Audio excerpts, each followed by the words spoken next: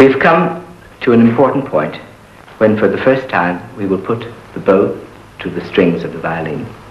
It will make a sound, but a very curious, eerie sound, because I don't want whatever finger may be used to press all the way down the fingerboard.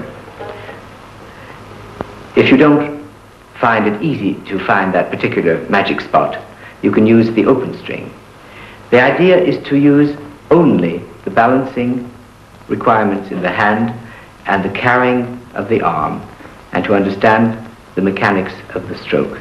In fact, we will hold the bow so lightly that we can feel the vibrations of the string in the stick. The bow moves vertically, nearly vertically on the E string and nearly horizontally on the G string. That's their different angles.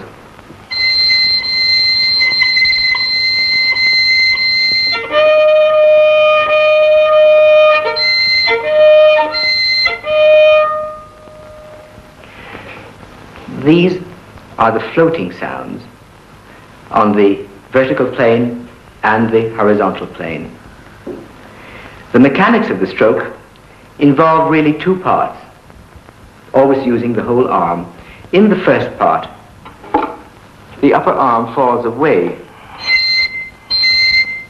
pulling the bow with it, either on the vertical plane or on the horizontal plane, because otherwise the bow would come forward, bending it if the elbow didn't move. And in the upper part of the bow, the elbow comes forward with a slight rolling of the whole arm into the wrist, like this.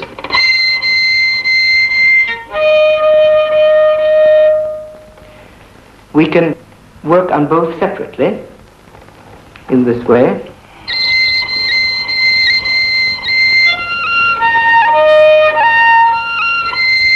And in the upper part of the bow,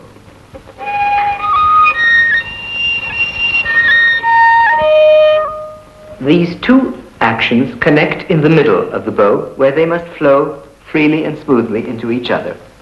If you're very observant, you will see that coming from the lower half of the bow, first the upper arm is involved.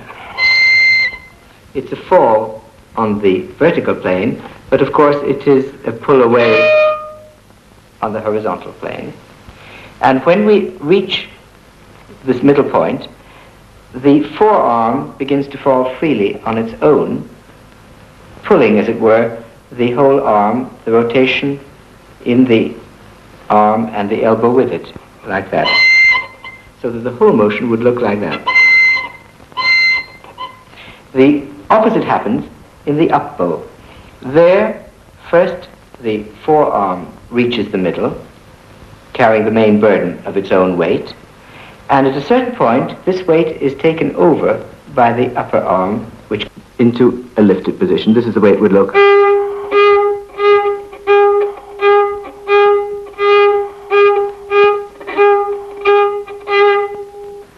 We have been carrying the bow, and by now our wrists and fingers are probably warm enough for us to concentrate on them. You will notice that when holding the bow in the natural way, they are built, these joints, to move most readily in a vertical axis. This is a simple waving motion, which must be soft and must go into all the joints. We will apply this to the stroke in uneven groups.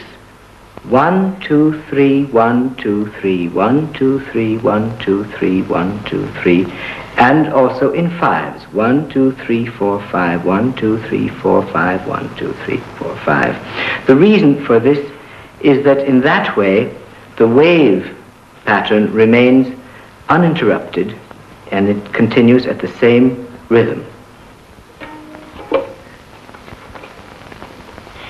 We will do it on two strings in order to accentuate the wave pattern.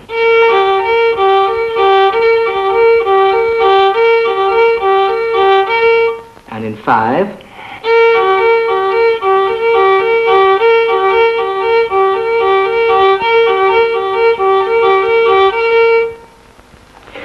Now, it must be understood that the change of level between the two strings is affected entirely by the change of level of the arm. Because if it were left entirely to the wrist, we would have something like this. The bow going at odd angles. Therefore, it must remain on its own plane. The wave pattern is always on the plane of the particular string it is playing on. Conversely, if the wrist were eliminated from motion, and the motion were done entirely with the forearm as a rigid unit, it would look like this.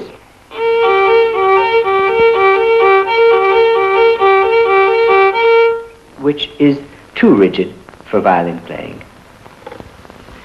We've seen in the wave motion how the pattern was repeated every 2 notes.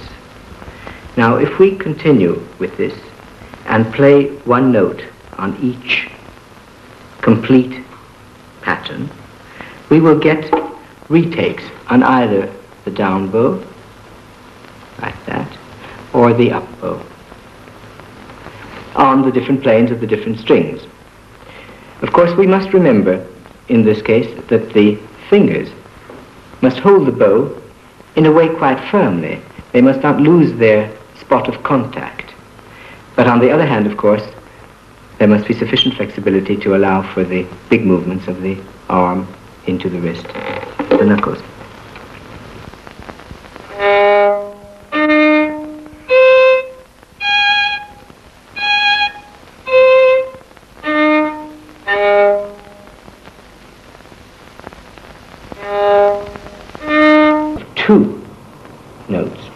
We would have done 1, 2, 1, 2, 1, 2. You will see that in this motion, an added motion is required at the end of the stroke, because if we do 1, 2, the up bow having to begin that way, it must be prepared. Therefore, we have to do 1, 2, and 1, 2, and 1, 2, and 1, 2, and 1, 2, and 1, 2, and 1, 2, so on. This would look on the violin as follows. You will notice the extra motion at the end of each stroke.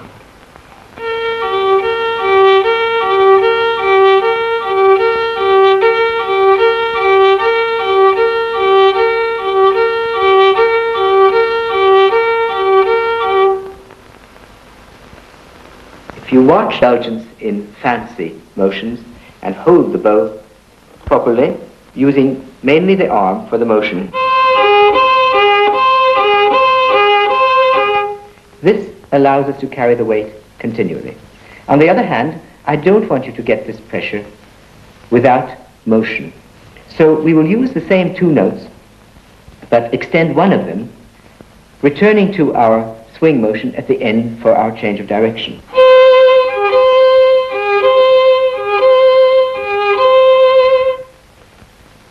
You will notice that in this figure on 2 strings, we have a pattern of a horizontal 8 lying on its side. It can also lie on the other side. But even when we draw a note on 1 string, there must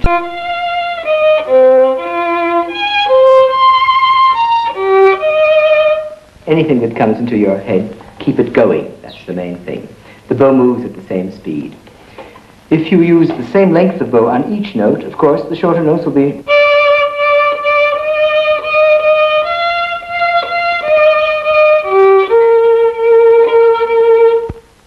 that's a different bow speed, and you must become acquainted with different bow speeds. If you tighten the little notes, they will come.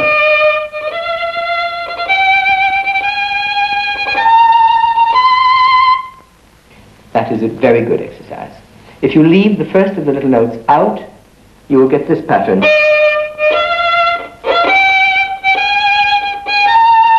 But we must still feel the unspoken, unsung note in that pattern. The hand must be always in continuous motion. And then if we tuck in a few little notes,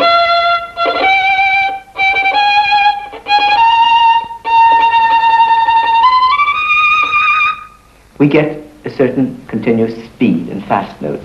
At the frog, at this point of the bow, to do that, you must keep the wrist fairly flexible and keep the elbow high enough above the bow so that the wrist can move in a horizontal direction. Otherwise, you will get its vertical sound. You want to get that quality. This brings us to the détaché, one of the basic strokes of violin playing. This is always a drawn stroke. You're drawing the string without crime, a certain abandon. The abandon to the motion that you are studying and that you are cultivating. As soon as you lose that abandon, you will lose the pleasure in playing, and then you had better put your violin down until you can refresh yourself.